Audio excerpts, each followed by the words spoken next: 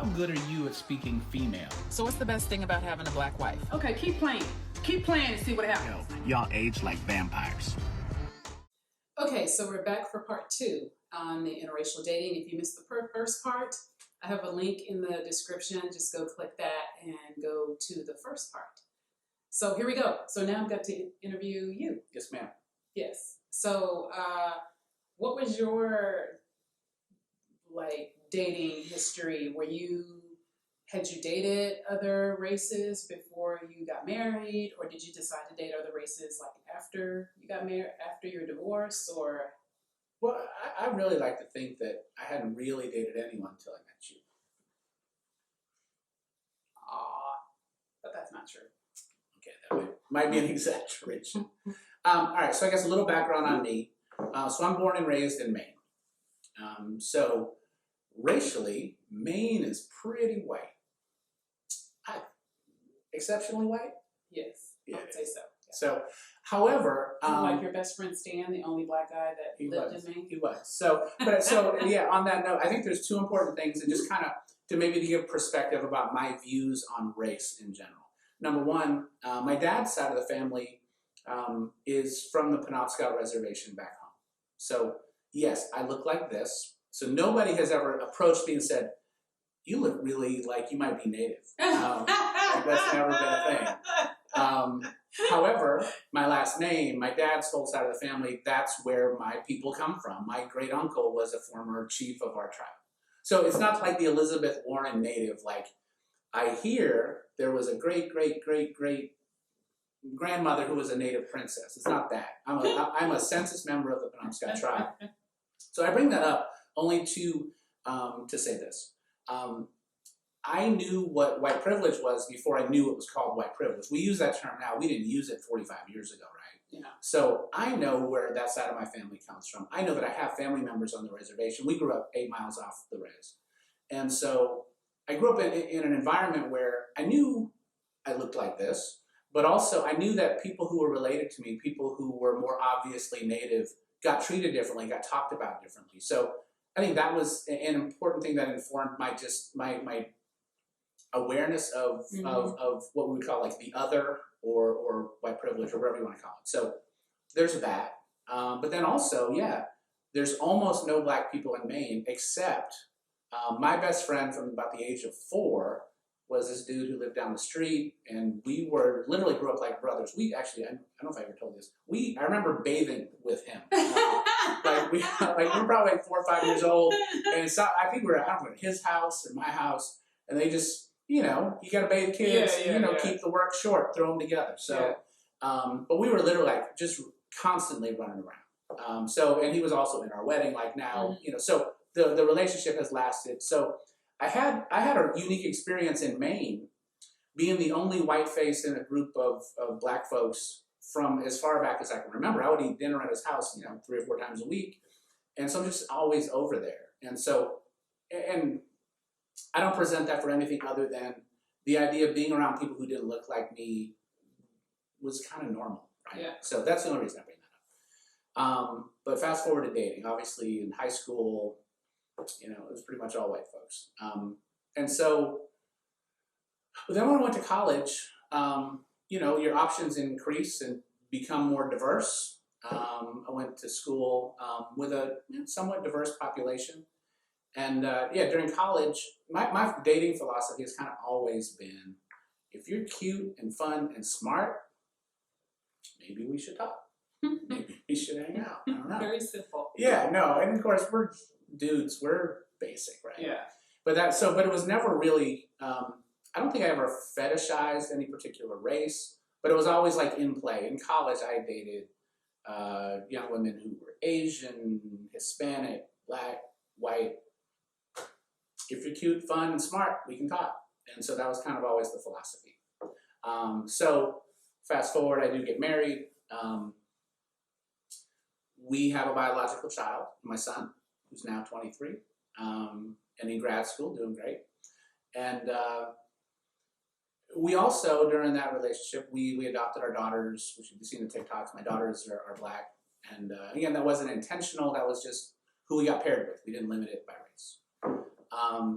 So then I get divorced, and I get on the dating apps, which we've talked about are interesting and weird and sometimes fun.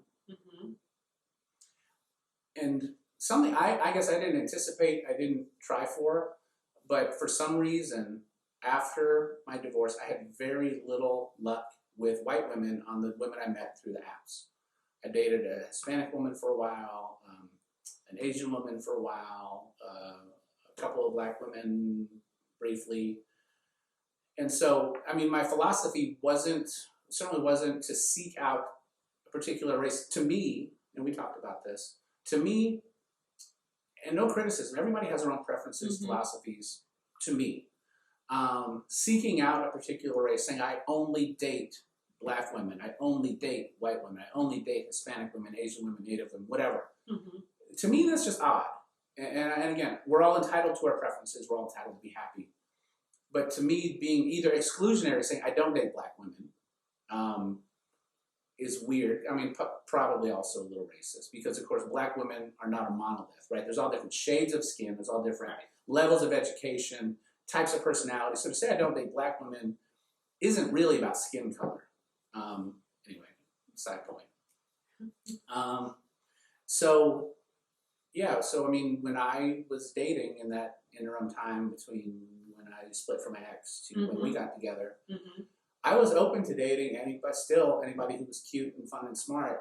But I definitely had more luck for some reason with non-white women. And I don't know exactly why that was.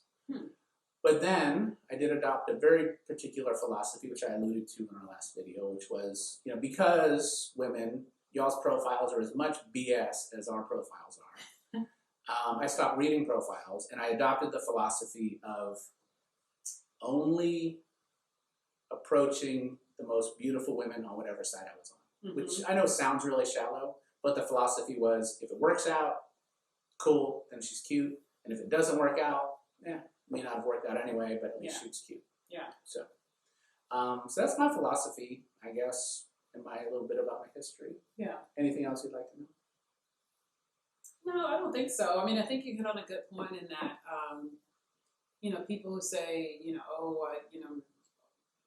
I'll date, everybody except black women, or I'll date everybody except Hispanic or white or whatever.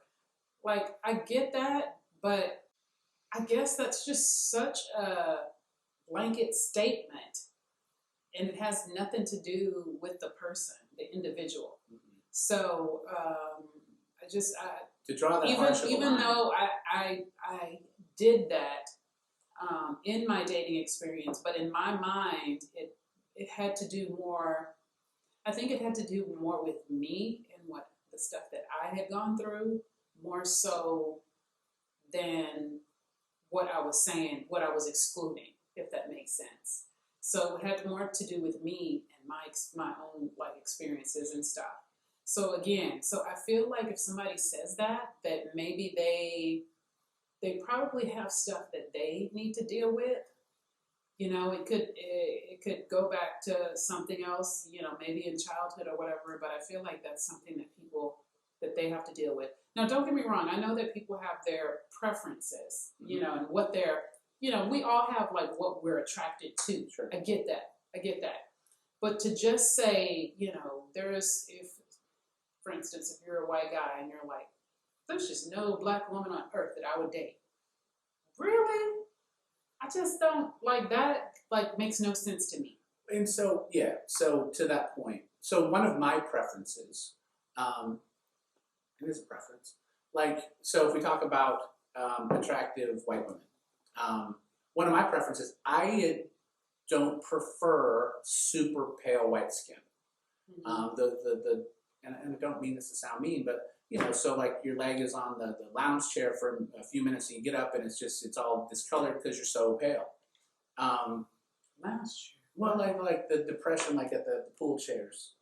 Oh. Right? Okay. And so the skin is so pale, it becomes discolored. Oh, but that's a preference for you. That's a preference. But I wouldn't extrapolate that to then say, well, I don't date white women because, they're so pale. Obviously, white women, like any other race or ethnicity, there's a spectrum. Yeah. And so that is truly a preference. And I'm not saying I would never date a very fair-skinned white woman. it's a preference. If I met this person, you know, Well, you wouldn't date her now. if you weren't around in a parallel universe, you know, I met this awesome woman who was smart, fun, funny, talented, and just was also very fair skinned. Yeah. Yeah, I mean that's it's a preference. It's not a rule. Yeah. That's where I think when you get these arbitrary rules, like I don't date black women, like that just sounds like a really ignorant statement to me because, and again, whether it's black or Hispanic or Asian or whatever, like there is such a spectrum of everything that's included in that. So to arbitrarily cut that out is really weird to me. Yeah. No, I agree. So I'm curious to know what a lot of you think. So if you can kind of like tell us in the comments, like was there a time where you limited your dating to a specific race? You know, and maybe you're one of the ones that actually have said like, yeah, I won't ever date a white guy. Maybe kind of like let us into what your thinking is. I would love for this to become like a good dialogue. And this is not, please don't take this as like, oh, this is Bible, what we're saying right here. We're giving you our experiences and our views, and so you have your own experiences and your views as well. And I am, for one, and definitely interested in hearing about that. So let us know in the comments. And again, if you haven't subscribed, hit that subscribe button. You can also hit the bell so you're instantly notified when we upload a new video. So yeah, and feel free to give us other topics to talk on. And if you've given us a topic and we haven't covered it yet, just give us a minute. We just started. Give us a minute. We got your topics down, but feel free to give us more. Anyway, we love you for watching. Thank you so much. Thanks, y'all. Take care.